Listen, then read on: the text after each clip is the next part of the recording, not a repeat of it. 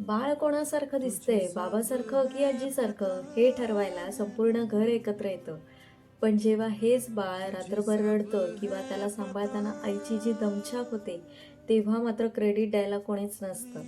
बाळाला 9 महिने 9 दिवस पोटात सांभाळणं, बाळंतपणाच्या कळा सोसणं आणि स्वतःला विसरून बाळाला घडवणं ही एक तपश्चर्या आहे.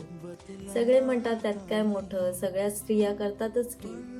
पण दररोज रात्रीची झोप मोडणं, स्वतःच्या आवडीनिवडी बाजूला ठेवणं आणि तरीसुद्धा चेहऱ्यावर एक हसू असणं सोपं नसतं हे. बाळ चांगलं वागलं की द्या की थोडं क्रेडिट आईला सुद्धा. तिलाही थकवा येतो, तिलाही मदतीची, कौतुकाची गरज असते.